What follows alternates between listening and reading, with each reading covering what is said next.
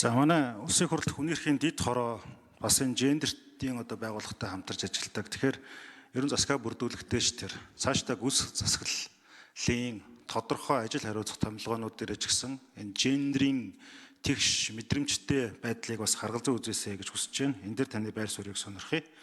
6 асуудалд яг одоо бүгдийг хариулж амжихгүй ч гэсэн дараах 6 асуудалд бас одоо энэ дараагийн асуулт хариултан дээр бас өөрийн итгэл үнэмшлээ илэрхийлээсэй гэж хүсэж байгаа. Яг л энэ бол протоколд үлдэх ёстой байхаа. Монгол төрийн сайд ерөнхий сайд тодорхойлж байгаа учраас макро эдийн засгийн доктортой байдлыг хангах, нэг экспортын орлогыг нэмэгдүүлэх, дөрвөлжүүлэх, бизнесийн орчныг сайжруулах, иргэдийн амжиргааны түвшинг дээшлүүлэх, дэд бүтцийн хөгжлийг эрчимжүүлэх, салбарын бүтцийн өөрчлөлт гэсэн энэ 6 зүйл богино урт хугацааны бодлогуудаа иргэдэд ойлгомжтойгоор олон улсын түншлэлтэй сайн хөгжүүлж хувийн хвшлийн оролцоог нэмэгдүүлж ажиллахыг хүсэж байна. Энэ дээр бас товчхон байр суурь хэлээч.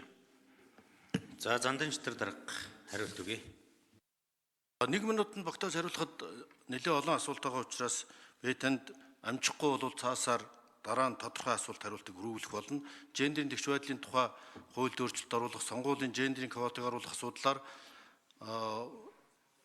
алтаа дамсан доктортой хуулийн яриа хэлцээ гендерийн нэгтгэж байдлаар би 23 оны 6 сард олон улсын хурал зохион байгуулж тэндээс бас улсын хурал зөвлөмж өргүүлж энэ гендерийн квотыг нэмэгдүүлэх 2028 онд 40% болох энэ санаа салгаачлуудыг сонгуулийн хуулинд тусгуулах чиглэлээр ажилласан. Манай эмэгтэй гишүүдийн нэг сайн мэдж байгаа. Ийм учраас тэндээс та гендерийн мэдрэмж эмэгтэйчүүдийг дэмжих бодлогын талаар миний хийж хэрэгжүүлсэн ажлуудаас энэ талаар тодорхой харж болох байх гэж бодож байна. За бусад 6 асуултын талаар бол энэ 30 секундэд харуулж амжихгүй учраас би танд 1 минут нэмэгдсэн байгаа.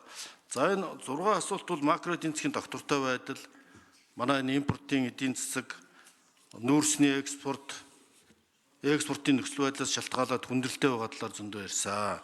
Тэгээ энэ 6 асуудлаар би дэлгэрэнгүй танд мэдээлэл өгье, ажиллаа авч чадах. Энэ бол нэлээд цогц том бодлогын асуудлууд учраас засгийн газрын бүтэц бүрэлдэхүүний тухай хууль оруулж ирэхдээ энэ талаар тодорхой мэдээлэл өгье.